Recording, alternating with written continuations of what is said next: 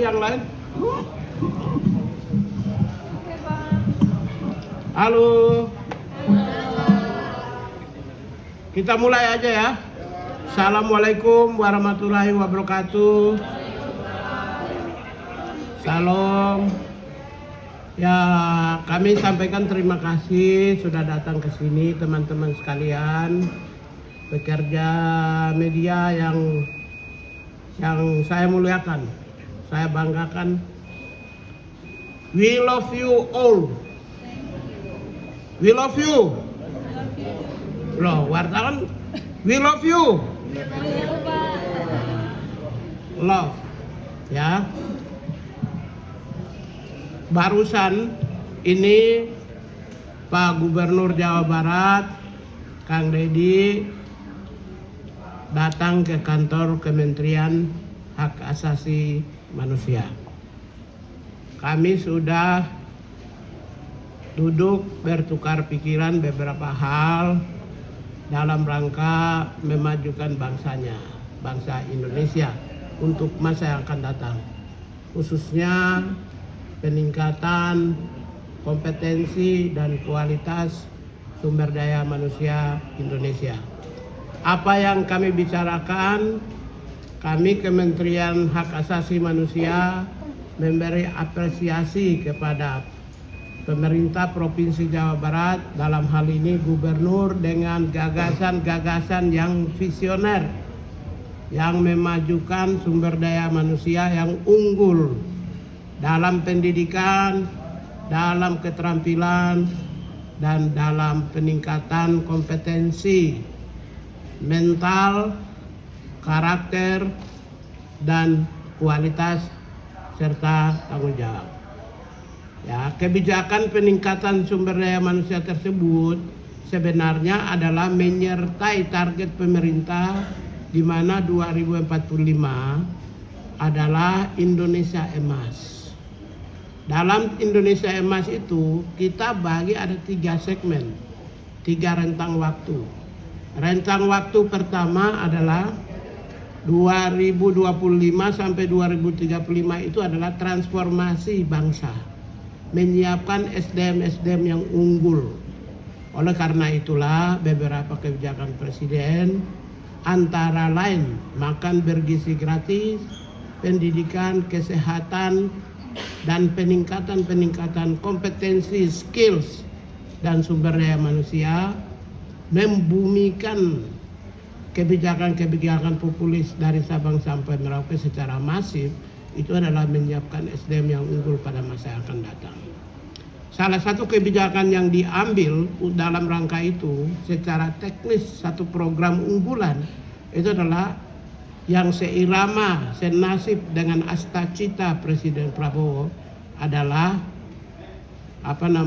pendidikan bagi mereka yang ada di Jawa Barat yang digagas oleh Pak Gubernur Jawa Barat.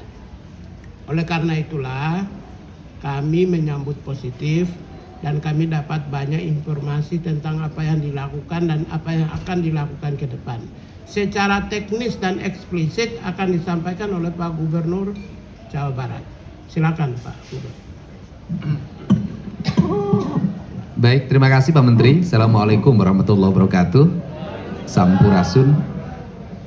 Kami menyampaikan bahwa ada problematika dalam spirit kebangsaan kita, yaitu membangun narasi agar anak-anak muda Indonesia, khususnya anak-anak di Provinsi Jawa Barat yang sedang menekuni jenjang pendidikan SMP dan SMA serta sederajat atau sanawiyah dan madrasah aliyah, yaitu pola pendidikan karakter melalui peningkatan kualitas disiplin hidup dan perubahan pola hidup. Nah, perubahan pola hidup itu apa sih yang terjadi? Yang terjadi pada anak-anak di Jawa Barat itu pola hidupnya adalah mereka rata-rata tidurnya jam 4 pagi. Karena waktunya dihabiskan untuk main game online. Kemudian berdampak pada mereka tidak bersekolah. Selain berdampak tidak bersekolah, mereka sering terorganisir secara sistemik melalui kekuatan media sosial, melakukan pertarungan-pertarungan secara terbuka dan tertutup, melahirkan banyak orang yang terluka, bahkan banyak orang yang meninggal. Kemudian yang berikutnya adalah beredarnya obat-obat yang tidak layak dikonsumsi dari sisi kesehatan yang dijual secara terbuka sebenarnya, berharga di bawah Rp10.000 dengan 3 butir, istilahnya eksimer dan sejenisnya, serta minuman-minuman yang beredar secara luas yang bisa diakses oleh anak-anak SMP. Nah, ini adalah problem yang harus segera diselesaikan. Nah, problem itu ternyata tidak bisa diselesaikan di internal sekolah melalui pendekatan bimbingan konseling. Dan problem itu juga tidak bisa diselesaikan di internal keluarga oleh ayah dan ibunya. Nah, karena problem ini tidak bisa diselesaikan di sekolah dan di keluarga, serta tidak semua problem itu bisa ditangani lewat peradilan anak, maka harus ada upaya jangka pendek yang bisa dilakukan melalui pola pendidikan disiplin siswa. Dalam kaidah bahasa saya adalah pendidikan bela negara dengan penguatan pendidikan berkarakter. Maka kami menggandeng lembaga TNI, karena TNI memiliki pengalaman dalam melakukan pola pendidikan baik untuk kalangan militer maupun kalangan sipil. Di kalangan sipil dikenal namanya prajabatan. Di kalangan sipil hari ini untuk masuk industri banyak yang dilatih di Dodik Kodam 3 Siliwangi Lembang untuk membangun kebugaran. Nah, metodologi pendidikannya yang kami sampaikan tadi ke Pak Menteri adalah yang pertama adalah pembangunan kualitas disiplin. 1, melepas HP, 2, melepas tradisi bermotor, 3, melepas minuman keras, 4, melepas obat-obatan terlarang, kelima, melepas konsumsi zat adaptif lainnya yang merusak saraf dan pikirannya dengan membangun pola tidur maksimal jam 10 malam. Kemudian mereka bangun jam 4 pagi, mereka mandi, salat subuh bagi yang beragama Islam, membereskan ruang tempat tidurnya, masuk ke masjid, dan kemudian mendapat bimbingan rohani dari kiai yang menjadi bimbingan konselingnya. Setelah itu mereka sarapan pagi, setelah sarapan pagi mereka berolahraga, setelah mereka berolahraga mereka langsung mengikuti ruang kelas pembelajaran sebagaimana dia didapatkan di sekolah. Kami mendatangkan guru dari berbagai tempat, dan kemudian setelah itu mereka salat duhur, kemudian istirahat. Setelah istirahat mereka mengikuti program minat dan bakat melalui pendekatan olahraga. Dan kemudian maghrib dia masuk masjid lagi, belajar ngaji lagi, kemudian sampai isya, dan kemudian nanti mereka makan malam dan kembali ke tempat mereka tidur untuk tidur malam. Jadi model itu yang kami kembangkan dan kami tadi konsultasikan bahwa tidak ada pelanggaran-pelanggaran yang dilakukan terhadap hak-hak anak sendiri. Nah, kalau bicara orang banyak memperdebatkan persoalan bagaimana mereka belajarnya, pertama justru dengan barak ini mereka jadi belajar. Mereka jadi ada gurunya. Kenapa? Karena selama ini mereka bolos. Mereka tidak pernah belajar, bangunnya rata-rata jam 10 siang. Nah, ini adalah. Kemudian yang kedua, bagaimana lingkungannya di barak itu, di komplek pendidikan itu mereka mendapat lingkungan yang baik. Karena selama ini mereka di lingkungan rumahnya tidak mendapat lingkungan yang baik, di lingkungan sekolahnya tidak mendapat lingkungan yang baik, mereka menjadi anak jalanan. Nah, inilah barangkali langkah yang dilakukan oleh kami, pemerintah Provinsi Jawa Barat dan pemerintah kabupaten kota di seluruh Jawa Barat sebagai bagian upaya kami untuk menyongsong generasi Indonesia Emas tahun 2045. Barangkali itu saja, terima kasih. Ini udah Kementerian HAM ya, apakah sudah berdiskusi atau melakukan komunikasi dengan Mendikbud Pak Abdul Muti? Udah belum Pak?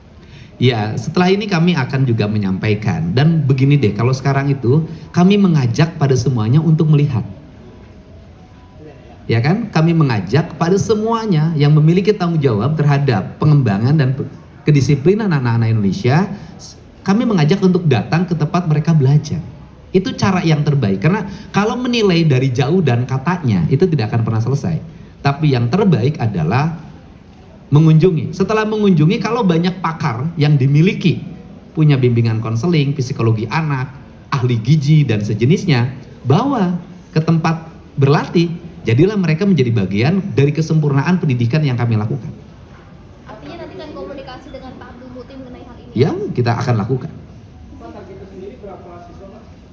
Ya, kita tidak mempunyai target berapa siswa.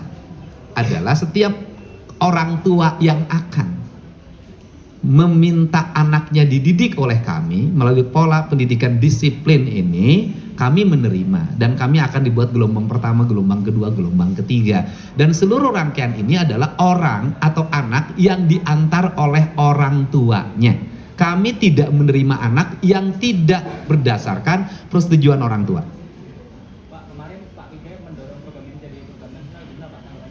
Ya, kalau saya berasa bersyukur dan berterima kasih, dan tentunya jangan dulu menjadi program nasional, uji dulu kompetensinya sukses atau tidak. Dan kami juga sedang menyiapkan program turunannya. Setelah nanti dari komplek pelatihan militer ini, mereka nanti akan masuk ke sekolah khusus yang disiapkan di setiap kabupaten kota, yang mereka sekolahnya seperti anak-anak berbakat. Jadi mereka sekolah khusus sepak bola saya dulu punya, nanti mereka masuk dalam sebuah komplek barak, gurunya guru biasa, kepala sekolahnya kepala sekolah biasa, tetapi mereka itu nanti didampingi oleh tim peningkatan mentoring disiplin dari kalangan TNI.